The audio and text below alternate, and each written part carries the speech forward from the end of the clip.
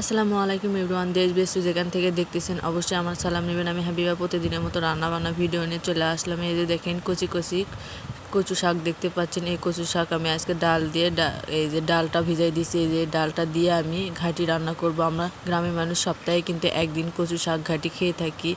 অসম্ভব কিন্তু মজা হয়। আর কচু শাক সপ্তাহে একদিন খাওয়া শরীরের জন্য অনেক ভালো, রক্ত পরিষ্কার রাখে। যেখানে আমি কচু শাকটা ভালোভাবে কেটে ধুয়ে বেছে নিছি। যখন ধুয়ে নেওয়ার পালা, আর ওই ফাঁকে আমি ডালটাও ভিজাই দিছি।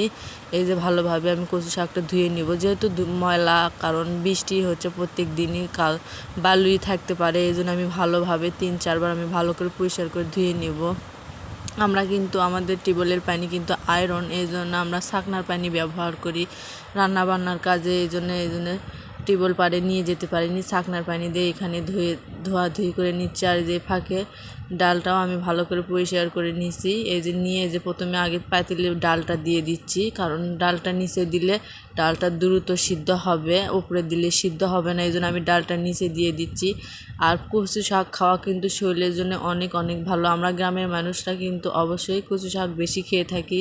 গ্রামের মানুষরা মাছ মাংসর থেকে বেশিরভাগ আমরা কচু শাকটাই বেশি খাই। যেখানে কচু শাকটাও দিয়ে দিছি ডালের উপর দিয়ে, এরপরে বেশ করে পেঁয়াজ আর কাঁচামরিচ দিছি। একটু ঝাল ঝাল খেতে ভালো লাগে, এই জন্য আমরা ঝাল একটু বেশিই দিছি।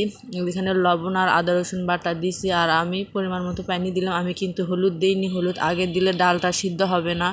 এই যে আমি নাড়াচাড়া করে নিচ্ছি। দেখেন আমি কিন্তু হলুদ ব্যবহার করিনি। নাড়াচাড়া করে নিয়ে আমি আবার ঢাকনাটা ঢেকে দেবো, এর মাঝেই ডালটা আমার সিদ্ধ হয়ে যাবে।